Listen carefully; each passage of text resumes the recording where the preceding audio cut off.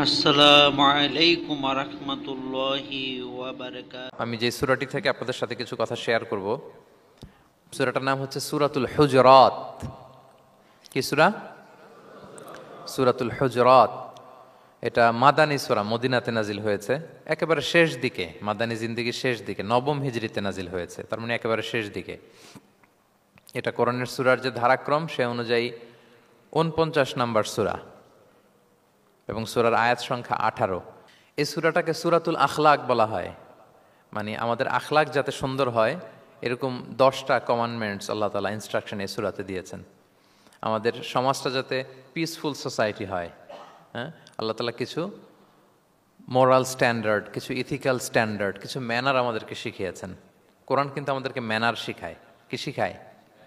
Manners শিখায়। আজকে দেখবেন যে কোরআন আমাদের কি কি ম্যানার্স শিখায়। আমাদের সমাজটা যাতে একটা পিসফুল সোসাইটি হয়, শান্তিপূর্ণ সমাজ হয়, কোরআন কিছু আমাদেরকে এথিক্যাল স্ট্যান্ডার্ড বেঁধে দিয়েছে। আজকে আমরা এগুলো জানবো যে কি কি ম্যানার কোরআন আমাদেরকে মেনটেন করতে বলে, পালন করতে বলে। এবং আপনি আলোচনাটা পুরোটা শুনে আপনি নিজেই বুঝবেন যে আসলেই এই এই ম্যানার্সগুলো, এথিক্যাল স্ট্যান্ডার্ডগুলো, এই ভ্যালিউসগুলো যদি আমরা আমাদের সমাজে অ্যাপ্লাই করি, আমাদের সোসাইটিটা একটা শান্তিপূর্ণ সোসাইটি হয়ে যাবে ইনশাআল্লাহ। তাহলে কি কি ইনস্ট্রাকশন আল্লাহ তাআলা দিলেন to make our society a peaceful society, আমরা এটা দেখব। 1 নম্বরে আল্লাহ তাআলা যে ইনস্ট্রাকশনটি দিয়েছেন, শুরুতে বলে রাখা ভালো, মৌলিকভাবে 10টি দিক নির্দেশনা আল্লাহ তাআলা দিয়েছেন আমাদের সমাজটাকে শান্তিপূর্ণ করার জন্য। 10টা ম্যানার আল্লাহ তাআলা শিখিয়েছেন। আওয়াজ করে বলেন তো মোট কয়টি নির্দেশনা? 10টি। আমরা গুনে গুনে সামনের দিকে আগাবো। 1 নম্বরে আল্লাহ তাআলা বললেন, ইয়া আইয়ুহাল্লাযীনা আমানু লা তুকদ্দিমু বাইনা ইয়াদাইল্লাহি ওয়া রাসূলিহি ওয়াত্তাকুল্লাহ ইন্নাল্লাহা সামিউন আলিম। ওহে বিশ্বাসীরা, তোমরা আল্লাহ আল্লাহর রাসূল তোমাদেরকে যা করতে বলে এইটার চেয়ে বেশি অ্যাডভান্স হয়েও না, অতটুকুতেই থাকো, ওইটাতেই কল্যাণ, ওইটাতেই বরকত। আল্লাহ আল্লাহ রাসূলের চাইতে বেশি বোঝা যাবে না, ওনারা যেটা বলেছেন এটাই ফাইনাল। মা কানা লিমুমিনিন ওয়ালা মুমিনাতিন ইযা কাদাল্লাহু ওয়া রাসূলুহু আমরান আইয়াকুনা লাহুমুল খিয়ারাতু মিন আমরিহিম। আল্লাহ আল্লাহ রাসূল যদি আমাদেরকে কোনো নির্দেশনা দেয়, তখন কোনো বিশ্বাসীর জন্য এটা মানলেও চলে, না মানলেও চলে, এরকম ভাবা যাবে? আল্লাহ রাসূলের পক্ষ থেকে, আল্লাহর পক্ষ থেকে একটা আদেশ আসছে, এখন এই আদেশ আপনি মানলেও হয়, না মানলেও হয়, এরকম নাকি ব্যাপারটা? বলেন তো। বরং মানতেই হবে। বরং কি? মানতেই হবে। এটা কম্পালসারি, এটা অপশনাল না। তাহলে সমাজকে শান্তিপূর্ণ করার 1 নাম্বার গাইডলাইন হচ্ছে আল্লাহ রাসূলের পক্ষ থেকে যে নির্দেশনা আসবে এটা আপনাকে কম্পালসারি টু অ্যাবাইড বাই, এটা মানতেই আপনাকে হবে। এবং রাসূল সাল্লাল্লাহু আলাইহি ওয়াসাল্লাম যেটা শিখিয়েছেন ওইটাই স্ট্যান্ডার্ড, এর চেয়ে আর ভালো করা যায় না। এক সাহাবী বেশি ইবাদত করতে যেয়ে বললেন যে আমি আজ থেকে সারা রাত তাহাজ্জুদ করব, রাতে আর ঘুমাবো না। আরেক সাহাবী বললেন আমি সারা বছর রোজা রাখবো, আমি আর রোজা ভাঙবো না। আরেক সাহাবী বলে আমি আমার স্ত্রীদের কাছে যাব না, আমি সন্ন্যাসী জীবন যাপন করব। তো রাসূল সাল্লাল্লাহু আলাইহি ওয়াসাল্লাম শুনে অপছন্দ করলেন, বললেন তোমরা নাকি এমন এমন বলেছো, আমি তো বিশ্বনবী রাহমাতাল লিল আলামিন, আল্লাহর হাবিব, আমি তো কোনো দিন রোজা রাখি, আবার কোনো দিন রাখি না। সোম বৃহস্পতিবারে রাখি, অন্যান্য দিন তো রাখি না। আবার রাতে আমি ঘুমাই, আবার তাহাজ্জুদও পড়ি, আবার আমি স্ত্রীদের সাথেও মেলামেশা করি। তো আমার এই ব্যালেন্স লাইফ লিড করেও তো আমি আল্লাহর শ্রেষ্ঠ হতে আমার কোনো সমস্যা হয় নাই, তোমাদের কি সমস্যা হলো? সুবহানাল্লাহ। দেখেন, ইসলাম খুব ব্যালেন্সড অ্যাপ্রোচে বিশ্বাস করে, ভারসাম্যপূর্ণ জীবন বিধান। তার মানে রাসূল সাল্লাল্লাহু আলাইহি ওয়াসাল্লাম যেটা শিখিয়েছেন ওইটাই স্ট্যান্ডার্ড। আপনি কি রাসূল সাল্লাল্লাহু আলাইহি ওয়াসাল্লামের চেয়ে বেশি মুত্তাকি হতে পারবেন? বুঝে থাকলে আওয়াজ করে বলুন, আল্লাহ রাসূলের চেয়ে বেশি বুজুর্গ হওয়া সম্ভব? মুত্তাকি হওয়া সম্ভব? আল্লাহওয়ালা হওয়া সম্ভব? তিনি যেটা শিখিয়েছেন ওইটাই স্ট্যান্ডার্ড। তাহলে প্রথম দিক নির্দেশনা হচ্ছে আল্লাহ আল্লাহ রাসূলের চেয়ে বেশি বোঝা চলবে। ওনারা যে নির্দেশনা দিয়েছেন সেটা মানলেই জীবনের সুখ, সেটা মানলেই কি 1 নাম্বার গাইডলাইন। সমাজ যদি শান্তিপূর্ণ সমাজ আমরা পেতে চাই, পিসফুল সোসাইটি যদি পেতে চাই। 2 নাম্বার গাইডলাইন হচ্ছে আল্লাহ তাআলা বলছেন, ইয়া আইয়ুহাল্লাযীনা আমানু লা তারফাউ আসওয়াতাকুম ফাওকা সাওতিন নাবী ওয়া লা তাজহারু লাহু বিল কওলি কাজাহরি বা'দিকুম লিবা'দিন আন তাহবাতা আমালুকুম ওয়া আনতুম লা তাশউরুন। ওহে বিশ্বাসীরা, নবীর কণ্ঠের চাইতে তোমাদের কণ্ঠকে উঁচু করো না, খবরদার। যদি করো, নিজেরা নিজেদের সাথে যেভাবে কথা বলো, নবীর সাথে যদি এভাবে কথা বলো, তাহলে তোমাদের সব আমলগুলোকে বাতিল করে দিবে কে? এই আয়াত নাজিলের একটা প্রেক্ষাপট আছে। বনু তামিম গোত্রের লিডার কে হবে এটা নিয়ে ডিসকাশন হচ্ছিল। তো আবু বকর রাদিয়াল্লাহু তাআলা আনহু বললেন, আমি চাই উনি হোক লিডার। ওমরে ফারুক বলে, না না না, উনি না, আপনি বুঝতে পারেন নাই, আমি চাই ইনি হোক। আবু বকর বলে, ওমর তুমি ঠিক বলো না, আমি বললে তুমি খুলে উল্টাটা বলো, উনি হলে ভালো হয়। ওমরে ফারুক বলে, না না না, উনি না, উনি হলে। এই যে উনি উনি করে দুইজন তর্ক বিতর্ক করতে করতে ওনাদের কণ্ঠটা রাসূল সাল্লাল্লাহু আলাইহি ওয়াসাল্লামের কণ্ঠের চাইতে একটু উঁচু হয়ে গেল, যেটা দেখতে অনেকটা অশোভন ছিল, সুন্দর দেখাচ্ছিল না। তো রাসূল সাল্লাল্লাহু আলাইহি ওয়াসাল্লাম সামনে বসা, ওনার সামনে উঁচু গলা করে কেউ কথা বলবে, এটা আল্লাহ বরদাশত করলেন না। আরশের উপর থেকে আল্লাহ তাআলা আয়াত নাজিল করলেন, লা তারফাউ আসওয়াতাকুম ফাওকা সাওতিন নবী, খবরদার নবীর কণ্ঠের চাইতে যেন তোমাদের কণ্ঠ উঁচু হয়ে না যায়। যদি যায় তাহলে তোমাদের আমলগুলো বাতিল হয়ে যাবে, এবং নিজেরা নিজেদেরকে যেভাবে ডাকো সেভাবে ডেকো না, এরকম করলে আমল বাতিল হয়ে যাবে। তো আল্লাহ তাআলা এখানে আদব শিক্ষা দিলেন যে রাসূল সাল্লাল্লাহু আলাইহি ওয়াসাল্লামের সামনে কথা বলতে গেলে খুব ভদ্র ভাষায় কথা বলতে হবে, শালীন ভাষায় কথা বলতে হবে। মজার ব্যাপার হচ্ছে, আপনারা জানেন কিনা জানি না, যারা হজ উমরা করেছেন আপনারা দেখবেন যে রাসূল সাল্লাল্লাহু আলাইহি ওয়াসাল্লামের পবিত্র কবরের উপর এই আয়াতটা এখনও লেখা আছে যে লা তারফাউ আসওয়াতাকুম ফাওকা সাওতিন নবী, নবীর কণ্ঠের চাইতে যেন কণ্ঠ উঁচু হয়ে না যায়। এজন্য দেখবেন যে যারা রাসূল সাল্লাল্লাহু আলাইহি ওয়াসাল্লামের কবর জিয়ারত করতে যায়, ওনারা কবরের সামনে যে ধৈর্য ধারণ করতে পারে না, বুক ফেটে কান্না আসে যে আজীবন যে নবীর কথা শুনলাম, যে নবীর হাদিস শুনলাম, যে নবীকে আমি এত ভালোবাসি, যে নবী আমার জন্য সুপারিশ করবেন, যে নবী আমাকে হাউজে কাউসারের পানি দিবেন, সেই নবী এখানে শুয়ে আছে। এটা ভাবতেই মুমিন হৃদয়ে বাঁধ ভাঙা কান্নার জোয়ার আসে, হাউমাউ করে কাঁদতে ইচ্ছে করে, কিন্তু ওখানে আওয়াজ করা যায় না, কারণ ওখানে লেখা লা তারফাউ আসওয়াতাকুম ফাওকা সাওতিন নবী, নবীর দরবারে বড় গলায় আওয়াজ করে কোনো শব্দ উচ্চারণ করা যাবে না। খুব ভদ্র বিনম্র চিত্তে রাসূল সাল্লাল্লাহু আলাইহি ওয়াসাল্লামের রওজার সামনে দাঁড়িয়ে আমরা সালাম পাঠ করি। তো এই নিয়মটা শুধু যে রাসূল সাল্লাল্লাহু আলাইহি ওয়াসাল্লামের জন্যই খাস তা নয়, আমাদের আব্বা আম্মা, আমাদের শিক্ষক, মুরব্বী, আধ্যাত্মিক নেতা, ধর্মীয় গুরু, ইসলামী আন্দোলনের বড় লিডার, এরকম যে কারো সামনে বড় গলায় উঁচু গলায় আওয়াজ করে কথা বলা যাবে না, বরং সেখানে ভদ্রতা, এটিকেটস, নম্রতা, এটা বজায় রাখতে হবে। এটা বুঝতে পেরেছেন? হ্যাঁ। পাশাপাশি রাসূল সাল্লাল্লাহু আলাইহি ওয়াসাল্লাম একবার দুপুরবেলায় ওনার ঘরে শুয়েছিলেন। সূরার নাম হচ্ছে সূরাতুল হুজুরাত, মনে আছে তো আপনাদের? সূরার নাম কি? হ্যাঁ, হুজুরাত মানে হচ্ছে কম্পার্টমেন্ট বা অ্যাপার্টমেন্ট, যেখানে মানুষ থাকে আর কি। রাসূল সাল্লাল্লাহু আলাইহি ওয়াসাল্লাম এরকম 9টা হুজরাখানা ছিল। আপনার বাংলাদেশে ইমাম সাহেবের হুজরাখানা এই শব্দটার সাথে পরিচিত না সবাই?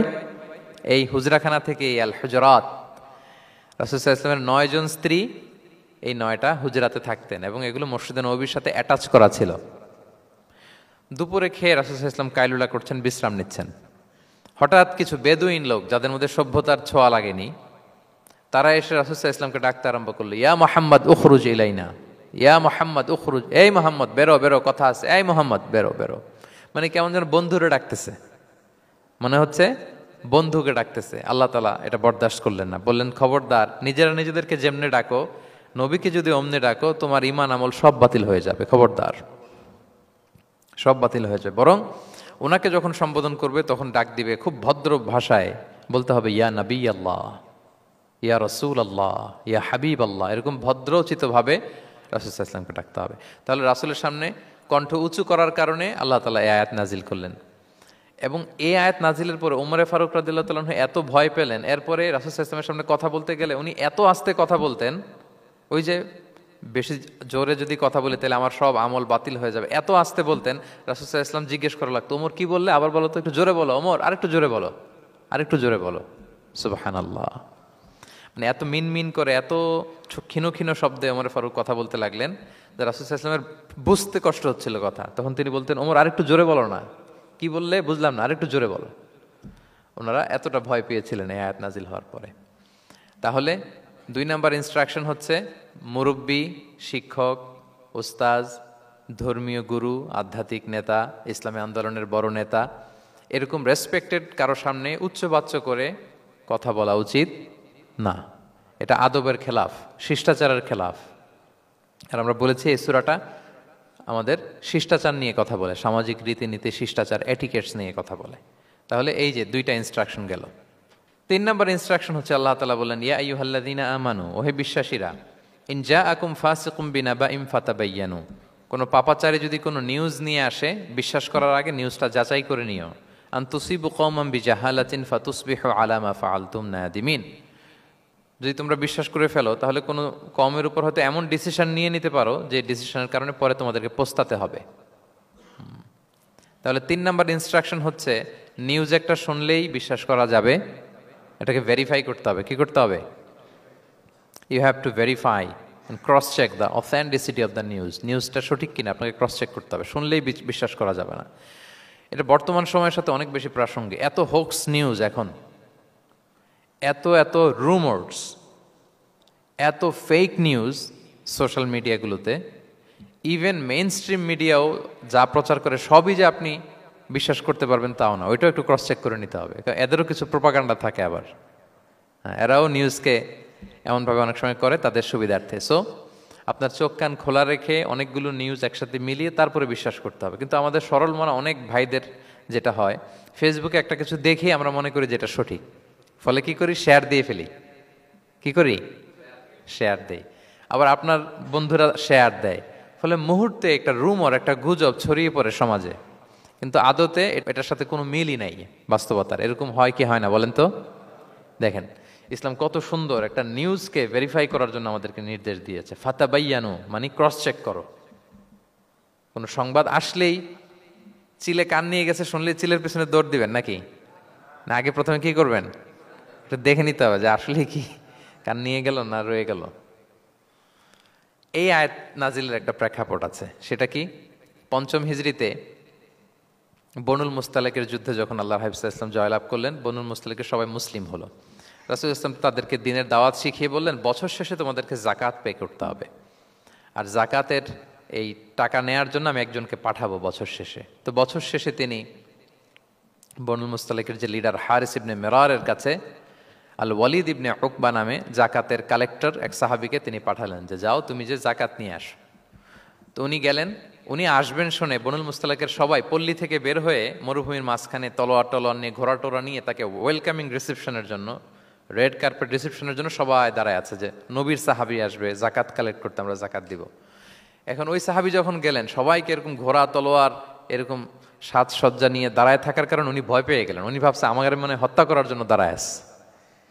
উনি আর এটা ঠিকঠাক না জেনে অ্যাবাউট টার্ন ফিরে গেলেন মদিনায়, যে বলে ইয়া রাসূলুল্লাহ, বনুল মুস্তালিক তো সব মোরতাদ হয়ে গেছে, এরা তো আর মুসলিম, এরা তো আমাকে মারার জন্য সব দাঁড়ায় আছে। আসলে বলেন তো কথাটা কি সত্য না মিথ্যা? একেবারে মিথ্যা। রাসূল সাল্লাল্লাহু আলাইহি ওয়াসাল্লাম এই কথা শুনেই বিশ্বাস করলেন সরল মনে। বিশ্বাস করেই খালিদ ইবনে ওয়ালিদ রাদিয়াল্লাহু তাআলা আনহুকে বললেন, অ্যাটাক বনুল মুস্তালিক, বনুল মুস্তালিকে অভিযান পরিচালনা করো। সাথে সাথে আল্লাহ বললেন, নবী রাখেন, আস্তে অ্যাটাক করেন, একটু থামেন নবী, একটু রাখেন। আপনি যার কাছ থেকে শুনেছেন সে মিথ্যা বলেছে, অসত্য কথা বলেছে, আসলে ঘটনা এমন নয়। আজকে তার কথার উপর বেস করে আপনি যে খালিদ ইবনে ওয়ালিদকে অভিযান পরিচালনা করতে বললেন, সে যে যদি অ্যাটাক করে কয়েকজনকে হত্যাও করে ফেলতো, এই যে রক্তপাত হতো, ব্লাড শেড, এটার দায় কিন্তু আপনি এড়াতে পারতেন, কারণ আপনি আদেশ দানকারী। আল্লাহ রাসূল সাল্লাল্লাহু আলাইহি ওয়াসাল্লামকে থামালেন আল্লাহ তাআলা আয়াত নাজিল করে যে আপনি ক্রস চেক করেন। পরে রাসূল সাল্লাল্লাহু আলাইহি ওয়াসাল্লাম ক্রস চেক করে লোক পাঠিয়ে জানলেন যে না, এমন কিছুই নয়, তারা কেউ মুরতাদ হয় নাই, সবাই তারা মুসলিমই আছে, তারা ওয়েলকামের জন্য আসছিল, উনি ভাবছে যে ওনাকে হত্যা করার জন্য দাঁড়ায় আছে। তাহলে চিন্তা করছেন যুগে যুগে এই সমস্যা আছে না নাই বলেন? রাসূল সাল্লাল্লাহু আলাইহি ওয়াসাল্লামের জীবনীতে এই ঘটনা ঘটিয়ে আমাদের চোখে আঙ্গুল দিয়ে আল্লাহ তাআলা বুঝাতে চাইলেন যে কোনো নিউজ আসলেই এটা ভেরিফাই না করে বিশ্বাস করা যাবে না। যত মেইন স্ট্রিম মিডিয়া হোক, ওটা শুনলে আপনি আরো কয়েকটা, আরো আপনার সোর্স থেকে আপনি একটু জানবেন, এরপরে আপনি বিশ্বাস করবেন। নাকি বিশ্বাস না করে শেয়ার দিবেন? আপনি কি জানেন যে একটা কথা শুনেই ক্রস চেক না করে অ্যাকশনে যাওয়াতে কত পরিবার ভেঙে যায়, কত সম্পর্ক ভেঙে যায়? আমাদের মধ্যে এই প্রবণতা আছে। আপনার ছেলের ব্যাপারে একজন একটা কথা বললো, এসে ছেলের মারপিট, জিজ্ঞেস করেন না এটা। আপনার মেয়ের ব্যাপারে একজন এসে একটা বাজে কথা বলছে, এসেই আপনি মেয়ের সাথে খারাপ আচরণ। আপনার ওয়াইফের ব্যাপারে একজন বললো আর কি যে ভাই আপনি এখানে, ভাবিকে তো দেখলাম ওইখানে আরেকজনের সাথে, আপনি এসেই আপনার স্ত্রীর উপর চড়াও অথবা গায়ে হাত তুললেন। তো হতে পারে যে ওই ভদ্রলোক অন্য কোনো মহিলাকে দেখেছে যে দেখতে আপনার স্ত্রীর মতো, এরকম হতে পারে কি পারে না বলেন? তো এই যে আপনি ক্রস চেক না করে, ভেরিফাই না করে যে অ্যাকশনে গেলেন, এতে সমস্যা হবে না সমাজে? পরিবার ভাঙে, সমাজে সম্পর্ক নষ্ট হয়, কলহ বাঁধে। এই জন্য আল্লাহ তাআলা বলেন যে সোসাইটিটাকে যদি পিসফুল করতে চাও, ইযা জাআকুম ফাসিকুম বিনাবাইন ফাতাবায়ানু, নিউজ আসলেই বিশ্বাস করো না, you have to cross check, you have to justify and you have to verify the news. মনে থাকবে? তাহলে আজকে থেকে ফেসবুকে একটা পেলে আমরা কি করব? শেয়ার দিয়ে দিব। কি শেয়ার দিবেন না? কি করব? যাচাই বাছাই করব, ক্রস চেক করব। এখন অবশ্য ক্রস চেক করার জন্য কিছু কিছু প্ল্যাটফর্ম বেরিয়েছে, তারা অবশ্য যেগুলো খুব বেশি ছড়িয়ে পড়ে নিউজ, সেগুলো যদি ভুল হয় তারা ক্রস চেক করে তারা সামাজিক সচেতনতা তৈরি করে। তো আমরা প্রত্যেকেই দায়িত্বশীল হলে এই গুজবগুলো স্প্রেড করা থেকে আমরা বিরত থাকতে পারি। নিউজ শুনলেই আমরা এখন বিশ্বাস করব না, আগে ক্রস চেক করে নেব, তা না হলে আমরা বিপদে পড়তে পারি। কি বলেন? এমন কোনো কাজ করে ফেলতে পারি যেটার কারণে পরে লজ্জিত হব। তো আমরা আগে থেকেই সাবধান হয়ে যাই। 4 নম্বরে আল্লাহ তাআলা বললেন, ওয়া ইন তাইফাতানি মিনাল মুমিনিনা ক্তাতালু ফাআসলিহু বাইনাহুমা। বিশ্বাসীদের মধ্যে 2 গ্রুপ যদি মারামারি লাগে তাহলে তুমি মিলিয়ে দাও, ইসলাহ করো, ইসলাহু যাতিল বাইন, মিলিয়ে দাও, মীমাংসা করে দাও, বিরোধ নিষ্পন্ন করে দাও। অনেক সময় হয় না যে 2 ভাই ঝগড়া লেগেছে, 2 বন্ধু ঝগড়া লেগেছে, অথবা স্বামী স্ত্রীর মধ্যে কোনো কারণে বিরোধ, 2 পার্টি ঝগড়া লাগছে, এরকম আছে না নাই? তখন ফাআসলিহু বাইনাহুমা, তাদের মধ্যে আপোষ মীমাংসা করে দাও। মীমাংসা করে দাও, ইসলাহ, রিকনসিলিয়েশন করো, ওয়ার্ক অ্যাজ এ মিডিয়েটর, মধ্যস্থতাকারী হিসেবে কাজ করো। তো আমরা সমাজে কি করি দেখেন তো, একটু মিলিয়ে নেন। 2 জন ঝগড়া লাগছে, আমরা কি করি? কি করেন? আরো লাগিয়ে দেন। সর্বনাশ! তাই তো আপনাদের ওয়াজি করতেছি আমি না, তাদেরকে আরো ঝগড়ায় মাতিয়ে তোলা যাবে না, লাগিয়ে দেওয়া যাবে না, বরং ঝগড়া থামিয়ে দিতে হবে। কি করতে হবে? কয়েক জায়গায় কৌশল করে মিথ্যা বলা জায়েজ, সহিহ হাদিসে এসছে। এর মধ্যে একটা আছে, 2 জন মানুষের মধ্যে সম্পর্ক নষ্ট, তাদের সম্পর্ক জোড়া লাগিয়ে দেওয়ার জন্য আপনি কৌশল করে মিথ্যা বলতে পারেন। যেমন ধরেন যে 2 জনের সাথে কথা হয় না, দা কুমড়া সম্পর্ক, আপনি একজনকে বললেন যে ভাই ওই দিন তো ওই লোক আপনার ব্যাপারে অনেক প্রশংসা করলো, সে তো শুনে অবাক হবে, কি রে আমার প্রশংসা কি বললো, এমন এমন বললো। তো এটা শুনে ওই লোকের ব্যাপারে তার মনটা একটু নরম হবে। আবার তাকে বললেন যে উনি তো আপনার ব্যাপারে এরকম একটা পজিটিভ কমেন্ট করলো, সেও অবাক হবে, তাই নাকি, তার সাথে আমি এত ভুল বোঝাবো যে আসলে লোকটা তো তাইলে ভালো। এই যে 2 জনকে আপনি এমন কিছু কথা কৌশল করে বললেন, ফলে তাদের মধ্যে একটা হৃদ্যতা তৈরি হবে। হঠাৎ দেখবেন যে একজন আরেকজনকে দেখে সালাম দিয়ে কথা বলে কোলাকুলি করে সেই আগের যেই শত্রুতা সব নিমেষে শেষ হয়ে গেছে। ঠিক কিনা বলেন? এই যে মধ্যস্থতাকারী আপনি হলেন, এজন্য আল্লাহ তাআলা আপনাকে সওয়াব দিবেন। তাহলে বিবাদমান 2 গ্রুপ দেখলে আমরা আজ থেকে আরো ঝগড়া লাগিয়ে দিব না মিলিয়ে দিব? রাসূল সাল্লাল্লাহু আলাইহি ওয়াসাল্লাম বলেন, আলা উখবিরুকুম বিআফদালা দারাজাতিম মিন সাদাকাতি ওয়াস সিয়ামি ওয়াস সালাহ। নামাজ, রোজা, সাদাকা, এর চেয়েও একটা বড় মর্তবার ভালো কাজ আছে, সেটা কি আমি তোমাদের বলবো না? সাহাবারা বলল, বলেন। আল্লাহ রাসূল সাল্লাল্লাহু আলাইহি ওয়াসাল্লাম বললেন, সেটা হচ্ছে ইসলাহু যাতিল বাইন, 2 পক্ষকে মিলিয়ে দেয়া, বিবাদমান 2 গোষ্ঠীকে কি করা? মিলিয়ে দেয়া। এটা নামাজ, রোজা, সাদাকা এর চেয়েও বেশি সওয়াবের কাজ। দেখেন আমরা ইসলামটা বোঝার ক্ষেত্রে আমাদের কত ল্যাকিংস। আমরা মনে করি শুধু লম্বা দাড়ি রাখলাম, তাসবিহ একটা নিলাম আর জিকির করতেছি দিন রাত এক করে, এরপরে নামাজ পড়তে পড়তে কপালে দাগ ফেলে, এই বোধহয় ভালো কাজ, এই সব ভালো আমি করে ফেললাম। কিন্তু দেখেন রাসূল ইসলাম বলেছে না, সমাজে বিবাদমান 2টা গ্রুপকে যদি মিলিয়ে দাও, এটা নামাজ, রোজা, সাদাকার চেয়ে বেশি সওয়াব তুমি পাবে। তাহলে এখন থেকে যদি আমরা বিবাদ দেখি কি করব? মিলিয়ে দিব। কখনো আমরা ঝগড়া আরো বাড়িয়ে দিব না। আগুন যদি লাগে সেখানে পানি ঢালবো নাকি তেল ঢালবেন? কি ঢালবেন? অনেকে কি ঢালে? আরো দাউ দাউ করে জ্বালাতে চায় না, না এটা করা যাবে না, বরং আমরা মিলিয়ে দিব ইনশাআল্লাহ। বলেন সবাই। আল্লাহর হাবিব সাল্লাল্লাহু আলাইহি ওয়াসাল্লাম তিনি এই কাজটা করতেন। মক্কা থেকে মদিনায় গেলেন, মদিনায় আউস খাজরাজ 2টা গোত্র, বছরের পর বছর যুদ্ধ, উনি যেই মিলিয়ে দিলেন। রাসূল সাল্লাল্লাহু আলাইহি ওয়াসাল্লাম এই যে সংলাপ, তারপর রিকনসিলিয়েশন, মিডিয়েশন, মধ্যস্থতা, এগুলোতে এক্সপার্ট ছিলেন। যে যুদ্ধ থামে না, এই যুদ্ধ মিলিয়ে দিলেন। কত প্রাণ গেল ওই যুদ্ধে, কিন্তু রাসূল সাল্লাল্লাহু আলাইহি ওয়াসাল্লাম যেই আউস খাজরাজ এখন ভাই ভাই হয়ে গেছে, ভাই ভাই করে দিলেন, ভ্রাতৃত্বের বন্ধনে ওনাদেরকে আবদ্ধ করে দিলেন আল্লাহর হাবিব সাল্লাল্লাহু আলাইহি ওয়াসাল্লাম। এবং সহিহ বুখারীতে একটা বাব আছে, বাবের শিরোনাম হচ্ছে বাবু কওলুল ইমাম ইযহাবু বিনা নুসলিহ বাইনাকুম, মানে আমাকে নিয়ে চলো আমি মিলিয়ে দিব। এটা ছিল রাসূল সাল্লাল্লাহু আলাইহি ওয়াসাল্লামের বিখ্যাত বাণী। ঝগড়া একটা লাগছে, রাসূল ইসলাম বলতে, আরে আমি আসি না, আমাকে নিয়ে যাও, আমি মিলাই দেবো। কোথাও কিছু হয়েছে, আমাকে নিয়ে যাও, আমি তো আছি, মিলাই দেবো। রাসূল ইসলাম এসেছেনই মানুষকে মিলানোর জন্য, গড়ার জন্য এসেছেন, ভাঙার জন্য নয়। তাহলে 4 নাম্বার যেটা আমরা জানলাম যে বিবাদমান দুই পক্ষকে আমরা কি করব, মনে থাকবে? এই যে আমি শুরুতে বলেছিলাম যে একটা শান্তিপূর্ণ সমাজ যদি আপনি গড়তে চান, তাহলে এই 10টা ইনস্ট্রাকশনের কোনো বিকল্প নাই। এখানে সোশ্যাল নর্মস, কিছু মোরালিটি, কিছু ভ্যালিউজ, বিশেষ করে ম্যানার্স আমাদেরকে শিখিয়েছেন আল্লাহ তাআলা। তাহলে 4টা জানলাম, কয়টা? 5 নম্বরে আল্লাহ বলেন, ইয়া আইয়ুহাল্লাযীনা আমানু লা ইয়াসখার কওমুন মিন কওম আসা আন ইয়াকুনু খায়রাম মিনহুম। ওহে বিশ্বাসীরা, তোমরা একে অপরকে তুচ্ছ তাচ্ছিল্য করো না, হাসি ঠাট্টা করো না, কাউকে সুখরিয়া মানে কাউকে তুচ্ছ করা, কাউকে নিয়ে ব্যঙ্গ করা, হাসি তামাশা করা, এটা করো না, এটা কবিরা গুনাহ। মানে এমন কোনো কথা বলো না যাতে তোমার ভাইয়ের মনে কষ্ট হয়, এরকম কিছু বলা যাবে না। আমরা অনেক সময় এটা করে ফেলি, এমন কথা বলি যেটাতে আরেক ভাই বা আরেক বোন কষ্ট পায়। আমরা খুব সিম্পলি বলি, কিন্তু এটা কবিরা গুনাহ। এটা কি? বিশেষ করে তার আকৃতি নিয়ে আপনি কিছু বলতে পারবেন না, এটা বড় কবিরা গুনাহ। এটাকে বডি শেমিং বলে। কি বলে? বডি শেমিং হারাম। কারণ বডি স্ট্রাকচার, এটাকে আমার ইচ্ছে মতো হয়েছে না আল্লাহ বানাইছে? আচ্ছা, আপনি যে এত সুন্দর ফর্সা, কে বানালো? হ্যাঁ, আবার আরেকজন যে একটু শ্যামবর্ণের, তাকে কে বানালো? আপনি লম্বা, কে বানালো? কেউ খর্বাকৃতির, খাটো, তাকে কে বানালো? তাহলে আপনি আকৃতি নিয়ে তাকে যদি ঠাট্টা করেন, আসলে কি ঠাট্টা কি তাকে করা হলো নাকি আল্লাহকে? কারণ আসল ডিজাইনারটা কে? হুয়াল্লাযী ইউসাউবিরুকুম ফিল আরহামি কাইফা ইয়াশা। আল্লাহ তাআলা তোমাদেরকে যেমন চেয়েছেন ঠিক তেমন মাতৃগর্ভে তোমাদেরকে ডিজাইন করেছেন, তোমাদের আকৃতি দিয়েছেন। এজন্য কারো আকৃতি নিয়ে অবজ্ঞা করা, তুচ্ছ করা, হেয় করা, এটা প্রকারান্তরে আল্লাহকে অবজ্ঞা করার সমান।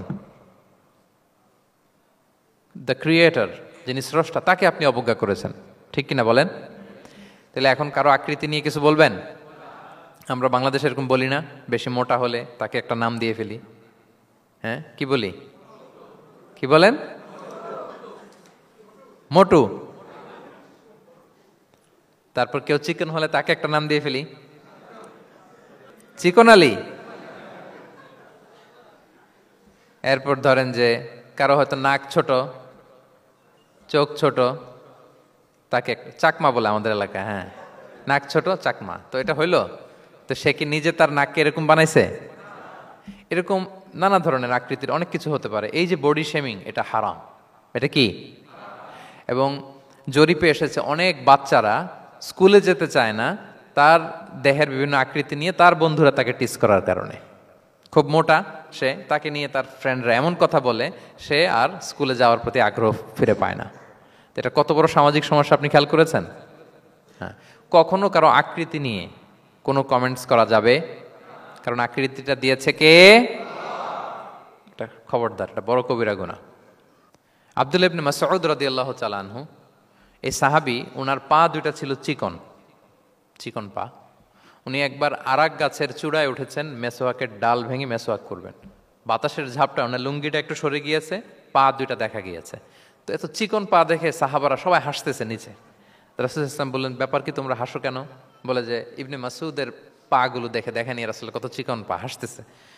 রাসূল ইসলাম রাগান্বিত হলেন, বললেন, ওই সত্তার শপথ যার হাতে আমার আত্মা, ওই আল্লাহর কসম করে আমি বলি, লাহুমা আসকালু ফিল মিজান মিন উহুদ, এই পা দুটো মিজানের পাল্লায় রাখা হলে কিয়ামতের দিন উহুদ পাহাড়ের চেয়ে বেশি ভারী হয়ে যাবে। তার মানে এত সম্মান ইবনে মাসউদের, সম্মান আল্লাহর কাছে। কল্পনা করেন, উহুদ পাহাড়ের চেয়ে বেশি ভারী হয়ে যাবে। কিন্তু আমরা অনেক সময় এই মানুষের আকৃতি নিয়ে তুচ্ছ তাচ্ছিল্য করি। রাসূল সাল্লাল্লাহু আলাইহি ওয়াসাল্লামের একজন স্ত্রী ছিল, নাম সফিয়া। কি নাম? সফিয়া বিনতে হুয়াই ইবনুল আখতাব। উনি আকৃতিতে কিছুটা খাটো ছিলেন এবং একটু স্থূলাকৃতির ছিলেন। তো এটাকে একটু ইঙ্গিত করে আম্মাজান আয়েশা রাদিয়াল্লাহু তাআলা আনহা একবার একটা শব্দ ব্যবহার করেছেন, মানে শব্দ দিয়ে কৌশলে বুঝিয়েছেন, তানি কসিরা, মানে আপনার সেই খাটো স্ত্রী সফিয়া।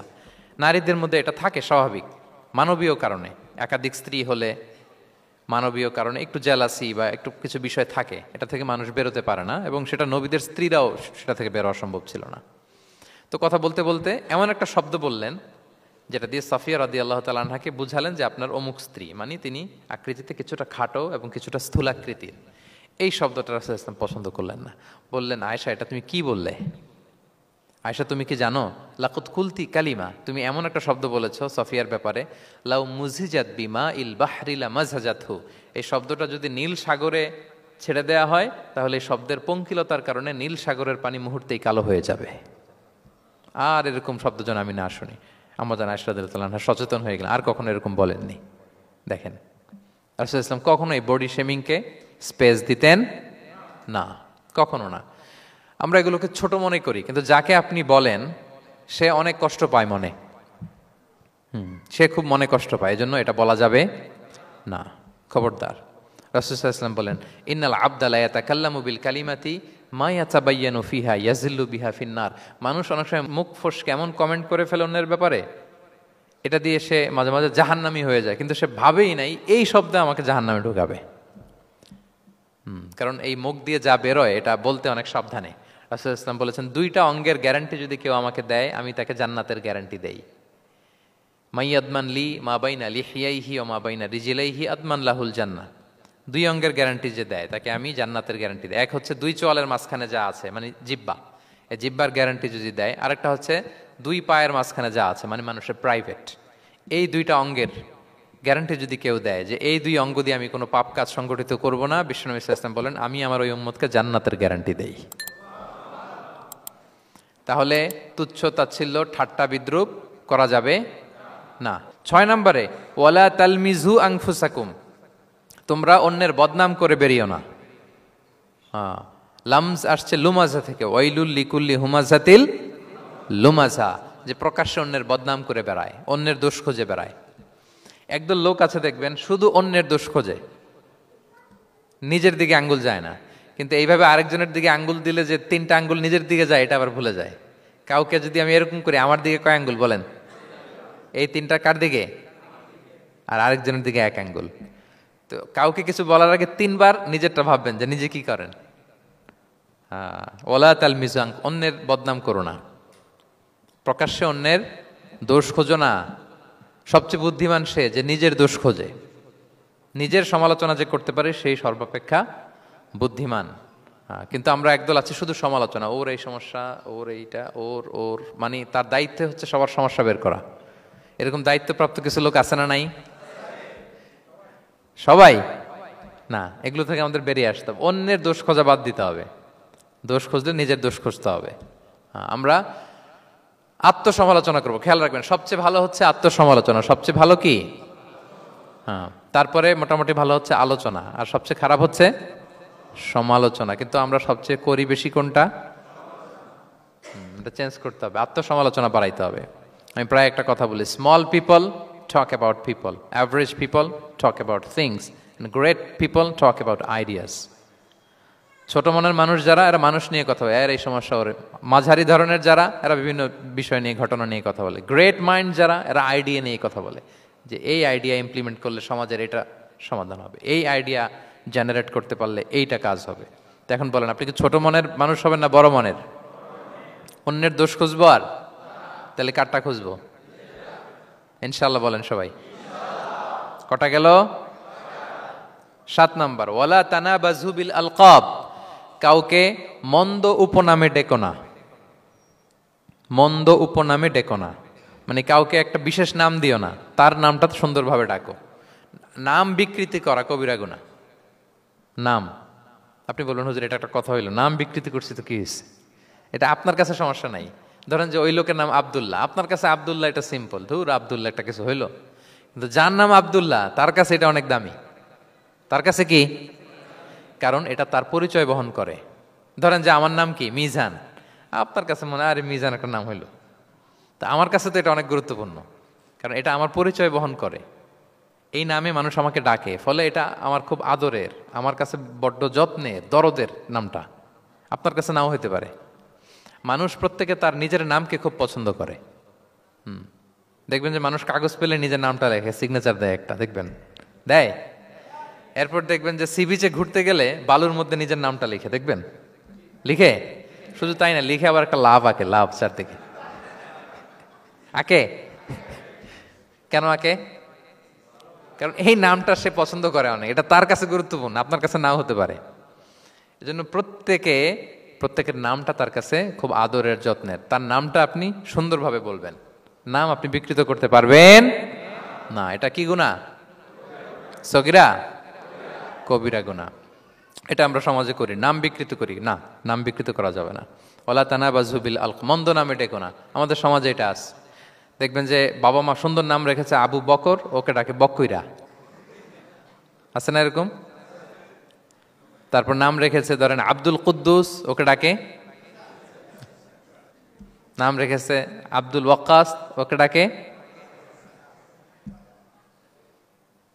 এই বিকৃতি আপনি করতে পারবেন? কারণ কিয়ামতের দিন আপনার নাম ধরে, আপনার বাবার নাম ধরে ডাকা হবে। তুদআউনা ইয়াউমাল কিয়ামাতি বিআসমাইকুম ওয়া আসমাই আবাইকুম। কিয়ামতের দিন তোমার নাম, তোমার বাবার নাম, যখন আপনাকে ডাকবে ফেরেশতারা, আপনার নাম এবং আপনার বাবার নাম ধরে ডাকা হবে। এজন্য রাসূল সাল্লাল্লাহু আলাইহি ওয়াসাল্লাম বলেন, ফাআহসিনু আসমাক, তোমাদের নামগুলো সুন্দর রেখো, নাহলে সেই দিন ডাকবে বল্টুর ছেলে কল্টু দাঁড়াও, তখন এই কোটি কোটি মানুষের সামনে আপনি এই নাম নিয়ে দাঁড়াবেন আর লজ্জায় পড়বেন। আর যদি বলে আব্দুর রহমানের ছেলে আব্দুল্লাহ, আসো, কত সুন্দর। নামগুলো ভালো আলেম দিয়ে ক্রস চেক করে, কনসালটেশন করে এরপরে রাখবেন। আর কাউকে মন্দ নামে কখনো ডাকা যাবে না। তার বংশের কোনো খারাপ কিছু দিয়ে তাকে ডাকা যাবে না। ধরেন একজনের বাবা ছিল চোর, কিন্তু তার সন্তান সে সৎ মানুষ হইতে পারে না। এখন বাবার কথা কি আপনি চোরের পোলা বলে ডাকতে পারবেন? না, আপনি ডাকবেন না, বলতে পারবেন না, কারণ সে তো ভালো। তাহলে নাম বিকৃত করা, মন্দ উপনামে ডাকা, এটা কবিরা গুনাহ। এটা আমরা কখনো করব? মনে থাকবে প্রিয় ভাইরা? আচ্ছা, 8 নম্বরে আল্লাহ তাআলা বলছেন, ইয়া আইয়ুহাল্লাযীনা আমানু জিতানিবু কাসীরাম মিনায-যন, ওহে বিশ্বাসীরা তোমরা ধারণা থেকে বেঁচে থাকো। ইন্না বা'দা-যন্নি ইসমুন, কিছু কিছু ধারণা আছে এটা পাপ।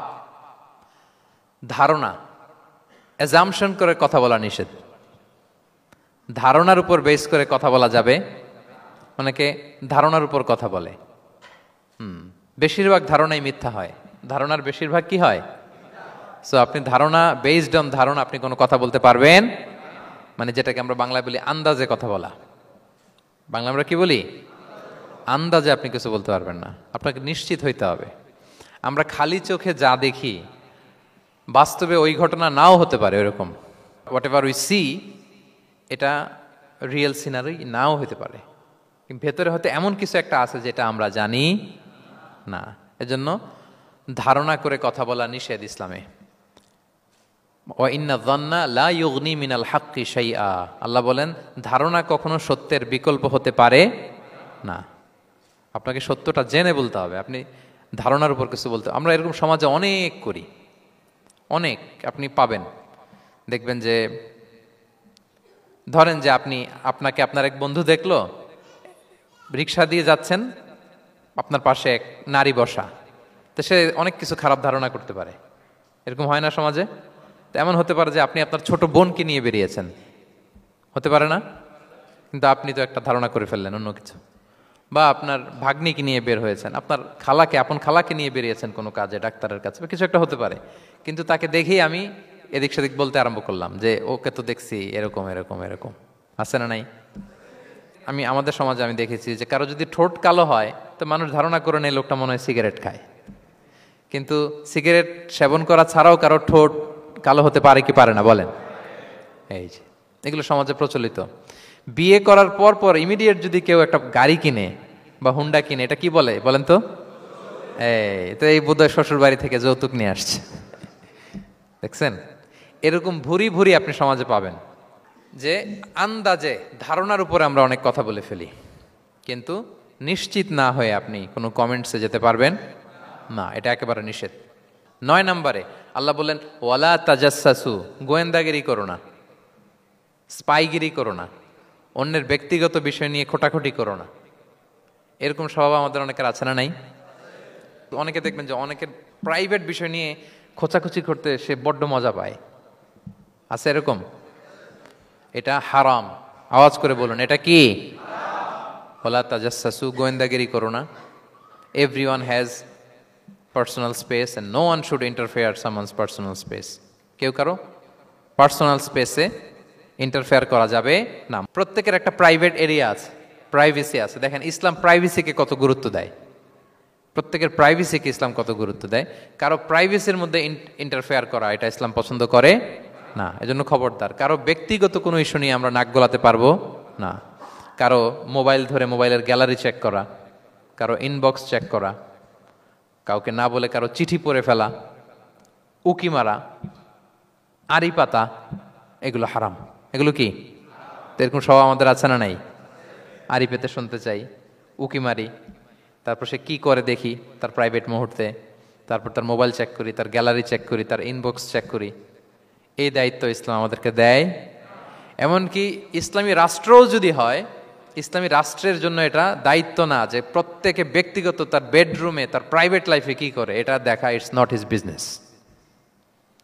ইসলামী রাষ্ট্র মানুষকে ন্যায়, কল্যাণের পথ, সুন্দর জীবন পরিচালনার জন্য উৎসাহিত করবে, কিন্তু প্রত্যেকে প্রাইভেট লাইফে কি করে ওইটা সিসি ক্যামেরা লাগিয়ে দেখা, এটা কারো দায়িত্বের মধ্যে পড়ে না। এটা একেবারে নিষেধ।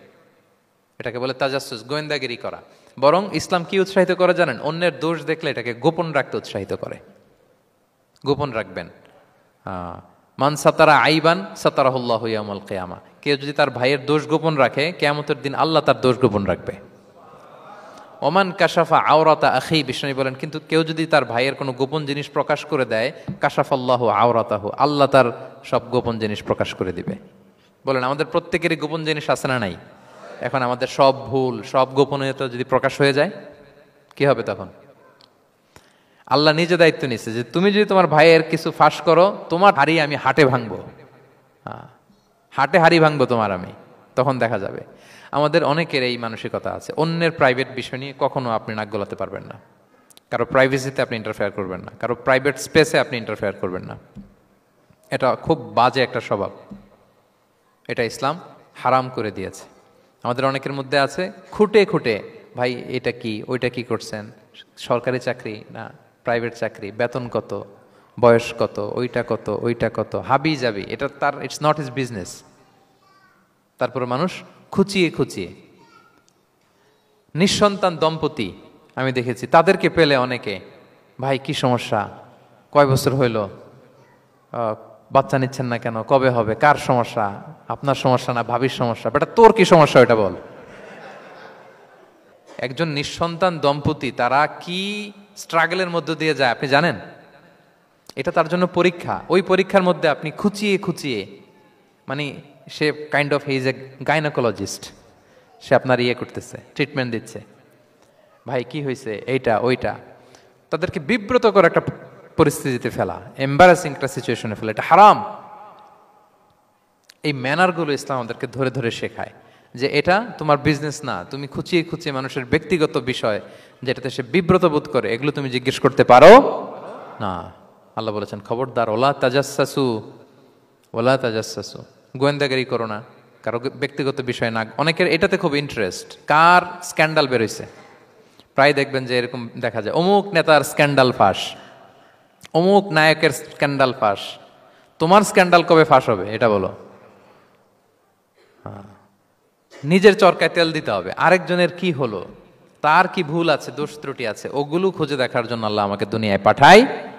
তাহলে আমরা যেন কারো প্রাইভেসি হ্যাম্পার না করি প্রিয় ভাইরা, এটা ইসলাম আমাদেরকে উৎসাহিত করে, নির্দেশনা দেয় যে আমরা কারো প্রাইভেট কোনো ইস্যু নিয়ে নাক গলাবো না, ব্যক্তিগত বিষয়ে নাক গলাবো না, কারো দোষ দেখলে এটা আমি গোপন রাখবো। কি করব? আনলেস ইউ আর এ জাজ, আপনি বিচারক, আপনার কাছে আসছে, তখন আপনি বিচার করবেন, কিন্তু এমনি এমনি আপনি জাজমেন্টাল হতে পারবেন না। You can not jump to the conclusion, একটা কিছু আন্দাজে বলে ফেলতে পারবেন না, এই দায়িত্ব আপনাকে দেয়া হয়নি। ইসলামে ব্যভিচারের মতো কোনো বিষয় দেখলেও আপনি বলতে পারবেন না। ব্যভিচার, অ্যাডাল্ট্রি, ফর্নিকেশন, জিনা, এগুলো দেখলে আপনি বলতে পারবেন না। বললে 4 জন নিয়ে বলতে হবে একসাথে। আপনি 3 জন যে যদি কাজের কাছে বলেন যে এই ছেলে আর মেয়েকে আমি অপকর্ম করতে দেখছি, কাজী 3 জনকে নিয়ে আগে 80 টাকা করে বেত মারবে পিঠে, তো করে দেখতে বলছে কে? তোমাদেরকে এই কাজ অবজার্ভ করতে বলেছে কে? কারণ 3 জন মিলে এই উইটনেস হবে না।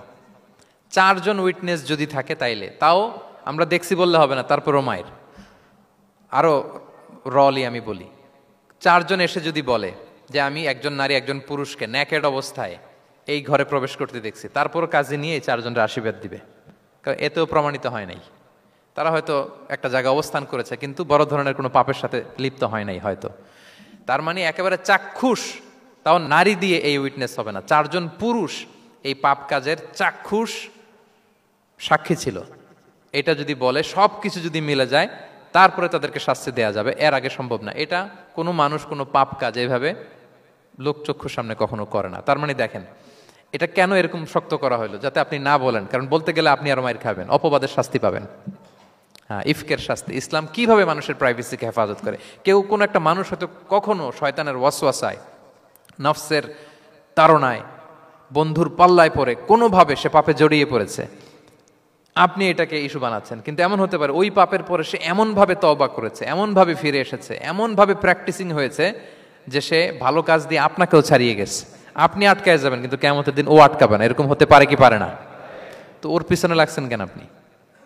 আপনি আপনার ইস্যু দেখেন, আপনি কতটা প্র্যাকটিসিং হতে পেরেছেন, আপনি কতটা শুদ্ধাচার আনতে পেরেছেন আপনার জীবনে, সেটা দেখতে হবে। এজন্য খবরদার, ওয়ালা তাজাসসু, গোয়েন্দাগিরি করো না, কারো প্রাইভেট বিষয় নিয়ে নাক গলাতে যেও না। সুবহানাল্লাহ, হোয়াট এ রিলিজিয়ান! কত সুন্দর আমাদের ধর্ম, হাউ লাকি উই আর! আমরা কত ভাগ্যবান যে আল্লাহ তাআলা এই ধর্ম আমাদেরকে দিয়েছেন, এমন বিধান আমাদের জন্য প্রেসক্রাইব করেছেন যেগুলো মানলে আমাদের সমাজটা একটা জান্নাতের বাগান হয়ে যাবে। তাহলে 9 নম্বর ছিল ওয়ালা তাজাসসু, গোয়েন্দাগিরি করুন। আজকে থেকে করবেন?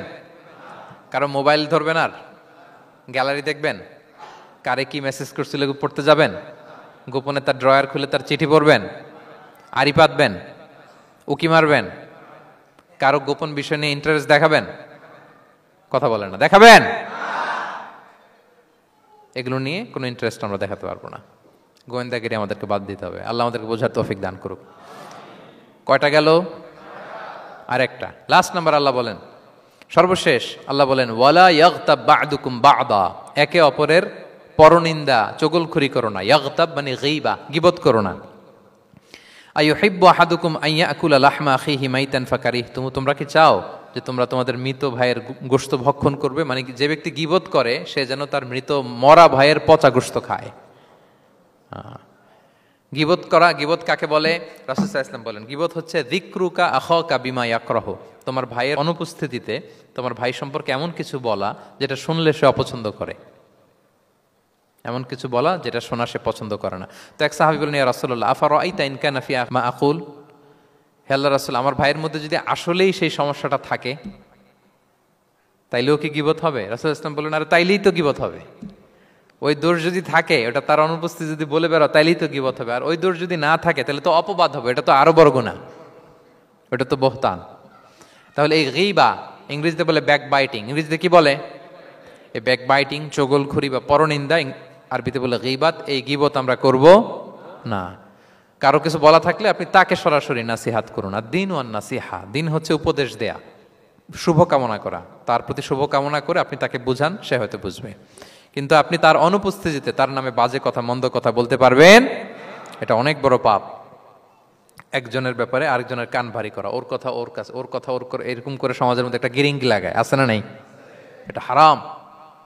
রাসূল সাল্লাল্লাহু আলাইহি ওয়াসাল্লাম বলেন, মেরাজের রাত্রে আমি দেখেছি কিছু লোক লাহুম আদফার মিন নুহাস, তাদের নখগুলো তামা দিয়ে তৈরি, নখর ধারালো, ইয়াখদাশুনা বিহা উজুহাহুম ওয়া সুদুরাহুম, তারা তাদের নিজের নখ দিয়ে নিজের গালের গোশত, বুকের গোশতগুলো টেনে টেনে ছিটছে। রাসূল সাল্লাল্লাহু আলাইহি ওয়াসাল্লাম জিবরাইল আলাইহিস সালামকে বললেন, মানহুম ইয়া জিবরিল, জিবরিল কারা এরা, এত বড় শাস্তি?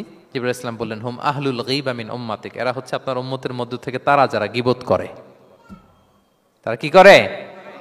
তাহলে এই গীবতের সাথে আমাদের কোনো সম্পর্ক, এটা থেকে আমাদেরকে বেঁচে থাকতে হবে, এটা করা যাবে না। আমরা অনেকে হালাল ওয়েতে গীবত করি। এইভাবে কিভাবে করে আমি বলি আপনাদের, এইভাবে শুরু করে, এইভাবে কি বলবো ভাই, বললে তো গীবত হয়ে যায়, তারপরও না বললেই না, একটু বলি। শুরুতে কি বলে? বললে তো, দেখছেন কিভাবে হালাল করে, বললে তো গীবত হয়ে যায়, এইভাবে স্টার্ট করে। বললে যদি গীবত হয়ে যায় এটা বলা যাবে? আওয়াজ করে বলেন, যেটা বললে গীবত হয়ে যাবে এটা বলা যাবে না। এই অভ্যাসগুলো থেকে আমরা আস্তে আস্তে ফিরে আসবো, ওগুলো আমরা আর বলবো। তাহলে মোট 10টা, কয়টা? এই 10টা যদি আমরা মেনে চলি, সমাজে আর কোনো অশান্তি থাকবে? বিশৃঙ্খলা থাকবে? হানাহানি, মারামারি? সমাজটা একটা শান্তির সমাজ হবে, পিসফুল সমাজ হবে। এই জন্য এই সূরাটাকে বলা হয় সামাজিক রীতিনীতির সূরা। সোশ্যাল এটিকেটস, সামাজিক রীতিনীতি আল্লাহ শিখিয়েছেন, আমাদেরকে ম্যানার শিখিয়েছেন। আজকে বাড়িতে যে সূরাতুল হুজরাতটা পড়বেন, যাদের কাছে আমার এক নজরে কোরআন আছে আগে ওইটা থেকে দেখবেন, এরপর কোনো তাফসির থেকে বঙ্গানুবাদ থেকে বঙ্গানুবাদ দেখবেন, তাফসির পড়বেন, দেখবেন যে ক্লিয়ার হয়ে যাবে। এরপর নিজেই আপনার ফ্যামিলিকে নিয়ে আপনি তালিম দিবেন এই সূরাটার উপর। পারা যাবে তো? দেখবেন যে সমাজটা শান্তিপূর্ণ হয়ে যাবে। আল্লাহ তাআলা আমাদের সমাজ